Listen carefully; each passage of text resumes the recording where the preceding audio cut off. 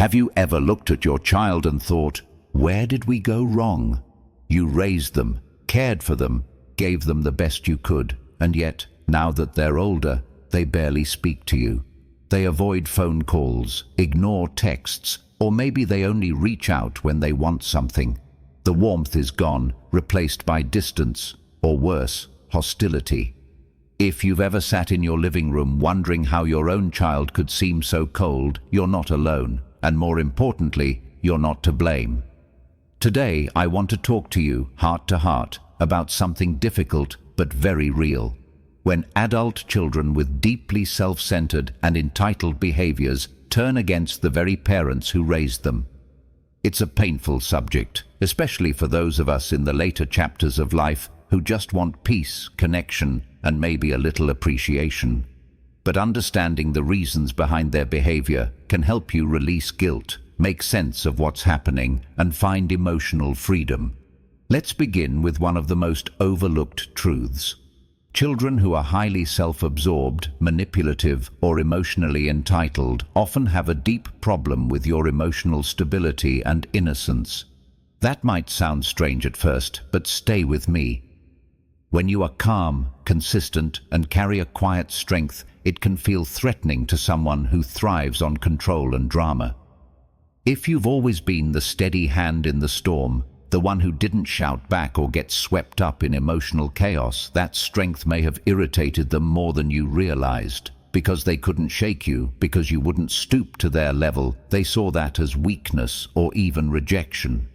Your emotional maturity highlights their emotional immaturity, and instead of rising to meet you, they retreat, sometimes with resentment. Even your natural innocence can be a target. You may have approached them with honesty and hope, not manipulation or games. But for someone who's grown to rely on emotional tactics like guilt-tripping or passive aggression, that kind of genuine spirit feels uncomfortable. They may not know how to engage with someone who doesn't play along. So instead of softening in your presence, they harden. And over time, that hardening turns into emotional distance or even open hostility. But it doesn't stop there. Your independence can also push them away. That's right. Being strong, self-reliant, and unwilling to be controlled can make you a threat in their eyes. You might have thought, if I give them space, they'll respect me more. Or, if I don't interfere, they'll appreciate my boundaries. And in a healthy relationship, that would be true. But in the eyes of an adult child who is deeply self-centered, independence isn't seen as respect, it's seen as defiance. Maybe you decided not to offer unsolicited advice. Maybe you learned to say no when they demanded something unreasonable. Or maybe you chose to start living for yourself after years of putting them first. Instead of applauding that, they saw it as abandonment. They accused you of being selfish, cold, or out of touch. In reality, you were simply choosing peace. But peace isn't profitable to someone who thrives on control. There's a quiet power in being a parent who doesn't beg, chase, or plead. And unfortunately, some deeply self-centered children resent that power. They'd rather you be dependent, apologetic, and easy to manipulate. When you're not, when you stand tall in your truth, they may twist the narrative, casting you as the villain simply because you dared to grow stronger. Then come the moments, those important, defining moments when you finally stood up for yourself. Maybe it was the time you pushed back against unfair treatment, or the day you calmly said, "Enough is enough." For some, it might have been the decision to stop tolerating the yelling, the guilt trips, or the emotional roller coasters. Whatever it was, that moment of self-advocacy might have been the last straw for them. Children who are extremely self-focused don't handle boundaries well. To them, your no doesn't mean no. It means, how dare you? They take it as a personal attack. They might accuse you of being mean, unloving, or even abusive, when all you did was draw a healthy line. It's a painful irony. The more you try to heal, the more they accuse you of hurting them. And if you've ever been blamed for things that weren't your fault, things you never even said or did, that's not uncommon. They might rewrite history to protect their ego. painting you as controlling, cold, or unavailable, even if you were the one who held everything together for years. Don't let those false narratives weigh on your heart. The truth is, the moment you began to value yourself enough to say no, they saw a version of you they couldn't control anymore, and that scared them. Of course, as time went on, your world may have expanded too. You started forming connections outside of them, maybe with neighbors, friends, your church community, or even a support group. And guess what? They didn't like that either. You were no longer centered around them, no longer orbiting their emotional needs. You had other voices speaking life into you, people who saw your goodness, people who affirmed your strength. And that, my friend, is often enough to make a deeply self-centered child turn away. They don't want to share you. They don't want to compete with others for your attention, affection, or loyalty. Even your happiness, if it doesn't include them, can feel like a betrayal to them. It's hard to imagine, I know, but sometimes when you begin to thrive, they begin to unravel. Not because you're doing anything wrong, but because they no longer hold all the power. You may have been told that you're selfish for having friends, or judged because you chose to go on that trip, join that book club, or spend your holidays differently. The truth is, you're finally living, and that makes them uncomfortable. You've built a life that isn't centered around their moods, their schedules, or their approval. That's freedom. But to them, it feels like rejection. It's a strange kind of grief to lose connection with a child you raised, especially when you've done your best. But the grief is not yours to carry alone. You didn't fail because they pulled away. You didn't fail because they twisted your boundaries into betrayal. Sometimes people change. Sometimes they get lost in their own dysfunction. And sometimes all you can do is step back and protect your peace. What matters most now is that you don't lose yourself in the process. You've lived too much life, given too much love, and weathered too many storms to let one broken relationship define your worth. There's a strength in you that's still standing, and it deserves to be honored, not diminished. Now that we've opened this conversation and looked at some of the reasons why deeply self-centered children might turn against their own parents, let's continue exploring this in more depth. Sometimes the hardest part isn't just the silence. It's realizing that the silence was chosen. When your adult child starts avoiding you, not because they're too busy, but because they've made a decision to pull away, it can feel like a cut that never fully heals, and you sit with questions that keep you up at night. What did I do wrong? Why don't they want me in their life? If you've wrestled with those thoughts, I want you to hear this loud and clear. You are not crazy, and you are not alone. As we continue unpacking why deeply self-centered children often turn against the very people who raised them, there's one pattern that shows up more than we'd like to admit. It's when your needs become inconvenient to them. Now, that might sting to hear, but let's talk about what it really means. See, when you raised your children, you probably poured yourself into them without holding back. You stayed up late when they were sick, helped with school projects, bought what they needed, even if it meant sacrificing for yourself. You were the steady hand. But now that you're older, maybe you need some help.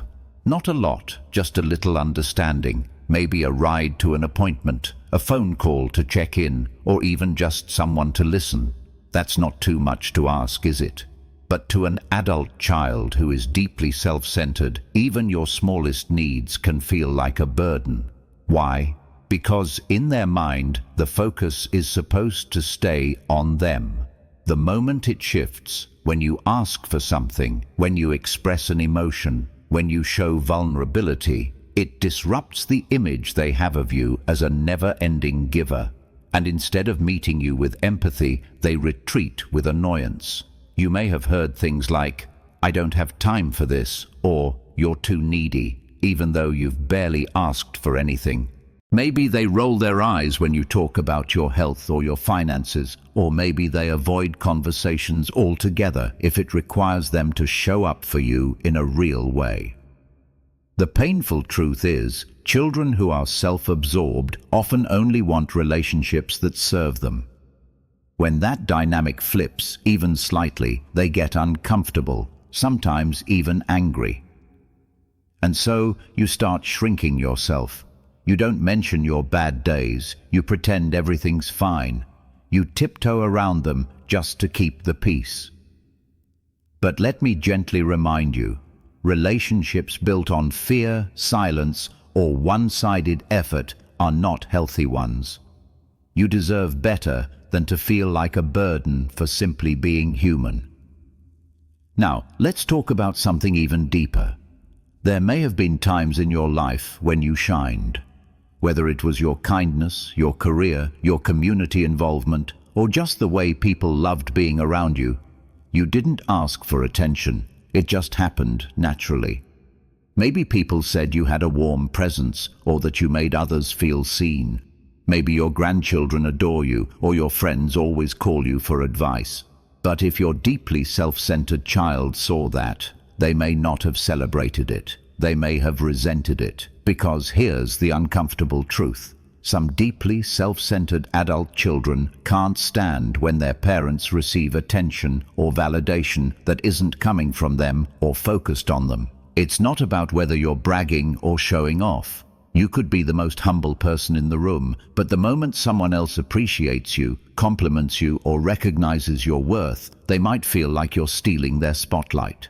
You may have noticed it during family gatherings.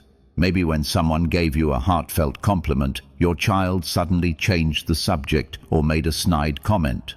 Or when others praised your cooking, your talents, or your wisdom, they acted cold or dismissive. It wasn't about the compliment, it was about the attention not being directed toward them. This is something often seen in people with fragile egos, a deep sense of offense they feel when someone else receives admiration, love, or even basic respect that they believe should belong to them. You becoming the center of attention, even for a brief moment, can trigger that insecurity. And instead of handling it with maturity, they often respond by punishing you emotionally. You might not even realize what you did wrong. You were just being yourself, but to them, it felt like competition. And the more you shine, the more they pull away. They don't want to be reminded that other people see you as valuable, because deep down, it challenges the story they've told themselves about who you are. But here's the truth. Their story isn't your story. Their perception isn't your reality. Just because they refuse to see your worth doesn't mean you don't have it. And just because they withhold love doesn't mean you're unlovable. Sometimes the problem isn't that you're too much, but that they are unwilling or unable to accept the fullness of who you are. That leads us to something many parents don't see coming. Over time, as you age and become wiser, your circle tends to grow. You may reconnect with old friends, find comfort in faith, join new communities, or build meaningful relationships with grandchildren, neighbors, or support groups. And in these spaces, you feel seen, valued, uplifted. But your deeply self-centered child may not like that. They see these new influences not as sources of joy, but as threats. Because if someone else is speaking into your life, offering support, or becoming a trusted presence, they no longer control the narrative. They lose their grip. And to someone who is used to having emotional power, that feels like betrayal. You may have been told, "Don't listen to them," or "They're just trying to turn you against me," even when those people were simply kind and helpful. You might have felt pressure to choose sides, even when there were no sides to pick. That's what deeply self-centered children often do. They isolate, they manipulate, and they use guilt as a leash. But you're stronger than that now. You've earned the right to surround yourself with people who treat you with dignity. You don't need to apologize for seeking joy, or for accepting kindness, or for growing beyond the version of yourself they're comfortable with. That growth is sacred. That peace is priceless. I know it hurts when your own child doesn't cheer for you. It's the kind of pain that words can't always describe. But I want you to hear this from someone who truly sees you. Your story doesn't end with their disapproval. You are allowed to rise, to connect, to belong. and to live a life that's full, even if they choose to stay empty. Let's keep going. There's something especially heartbreaking about realizing that the more you grow, the more your child pulls away. And not because you did anything harmful, but because you started living in your truth, loving who you are, building a life that doesn't revolve around pleasing them and refusing to let their moods control your day. That kind of self-respect can upset someone who expects everything to be about them. It's not just the freedom you found that unsettles them. It's the influence others now have in your life, influence that used to belong to them. Maybe you've got new friends at church who speak into your life with wisdom and care, or maybe a neighbor checks in on you more often than your own child does. Perhaps you've been attending workshops, support groups, or just enjoying conversations with people who value your story. And little by little, you've stopped depending on your child for emotional validation. Now, here's what you need to know. Children who are deeply self-centered don't want to share influence. They want to be your center, your only source of affirmation, your emotional lifeline. When someone else steps in to fill that space, even in the smallest way, they may feel threatened. Not because you've done anything wrong, but because you're no longer so easily controlled. They might accuse you of turning against them or listening to outsiders. But what you're really doing is rebuilding your life. And that's not betrayal, that's healing. It takes courage to surround yourself with people who treat you with the kindness you may not have received at home. And it takes wisdom to realize that the world is still full of love, even if your child has chosen to close their heart. So if you felt torn between keeping peace with your child and being honest with yourself, let me gently tell you something. Peace built on silence, guilt, or fear isn't peace at all. It's survival. And you deserve better than to spend your golden years walking on eggshells, afraid that one wrong word will make the phone call stop again. You have the right to connect, to grow, and to be influenced by people who lift you up, not tear you down. That doesn't mean you don't love your child. It means you're learning to love yourself too. By now you may be feeling a heavy mix of sadness, anger, or even relief. That's okay. This isn't an easy topic, and for many of us, it brings up decades of pain that we've kept buried. But the reason this conversation matters, especially at this stage of life, is because you deserve to spend the years ahead in peace, not confusion. You might be wondering, is there any hope for reconciliation? And that's a question only time and circumstance can answer. But here's what I believe with all my heart. You do not have to wait for your child's approval to start feeling good about yourself again. You don't need their validation to live fully or their permission to be proud of the life you've lived. If you've done your best, and I believe you have, you can walk with your head held high. You may not have been a perfect parent, because no one is. But perfection was never the requirement. What your heart needed and still needs is acknowledgement, and maybe the only person who can give you that now is you. So take a moment and breathe. Think about everything you've survived, the sacrifices, the lonely nights, the times you held your tongue just to keep the peace, the birthdays they forgot, the one-sided conversations, the holidays you spent staring at the phone. You've been through more than most people know, and yet here you are, still standing, still trying to understand, still hoping, even now, for a little bit of love. That says something powerful about who you are. You're not weak for wanting connection. You're strong for continuing to show up for life, even after so much silence. You're wise for recognizing unhealthy patterns, and you're brave for choosing not to be defined by them. If your child ever finds their way back, let it be on healthy terms. Let them meet the version of you who knows their worth. Let them see the you who no longer folds under guilt or self-doubt. Because you have nothing to prove. You've already proven yourself through every act of love that was never returned. every boundary you've had to build, and every tear you've wiped away alone. And if they never come back, if that relationship never finds its way to healing, I want you to know you are still complete. You are still worthy of joy, laughter, connection, and peace. There are people out there who would be blessed just to know you. People who will value your stories, who will lean in when you speak, who will look you in the eye and say, "You matter." And if you haven't met them yet, don't worry, they're out there. Sometimes they come in the most unexpected ways. A stranger at the grocery store who shares a smile, a neighbor who offers to help with the yard, a new friend who sees the wisdom in your years. Keep your heart open, not for what's lost, but for what still can be found. This season of life is not the end of your story. In many ways, it's just beginning. And no matter who has walked away, you still have something beautiful to offer. Your insight, your kindness, your patience, your ability to love deeply even when love wasn't returned the way you hoped. If this speaks to you, I want to invite you to share your story in the comments below.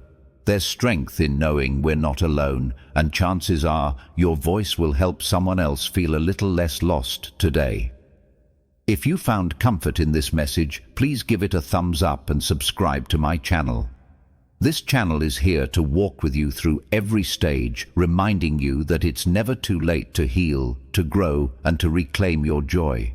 You are not invisible, you are not forgotten, and you are not too old to be valued, to living your best life at any age, one peaceful, powerful day at a time.